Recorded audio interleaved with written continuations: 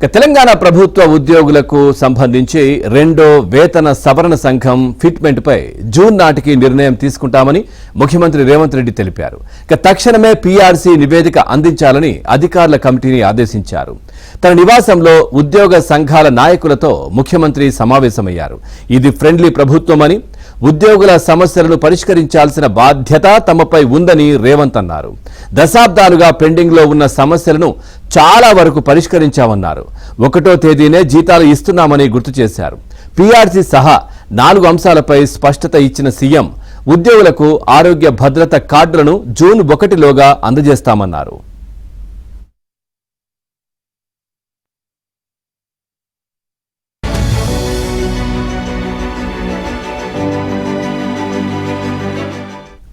పదవీ విరమణ చేసిన ఉద్యోగుల ప్రయోజనాలకు సంబంధించి 6,000 కోట్లను 100 రోజుల్లో చెల్లిస్తామన్నారు.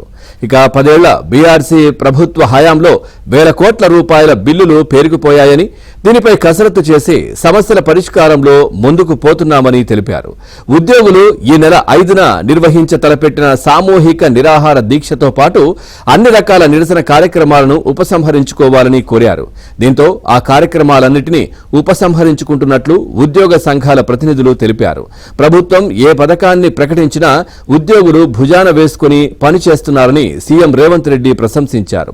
ఉద్యోగుల సహకారంతోనే ప్రభుత్వ పథకాలు విజయవంతంగా అమలవుతున్నాయని చెప్పారు.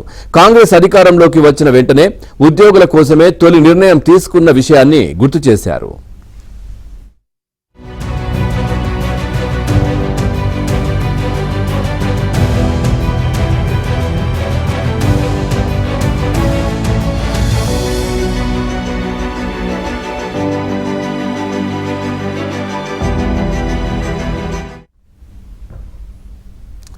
వైద్య విధాన పరిషత్లో 13,100 మందిని ప్రభుత్వ ఉద్యోగుల గుర్తించడం ప్రభుత్వ నిబద్ధతకు నిదర్శనమని ఉద్యోగ సంఘాల నేతలు పేర్కొన్నారు.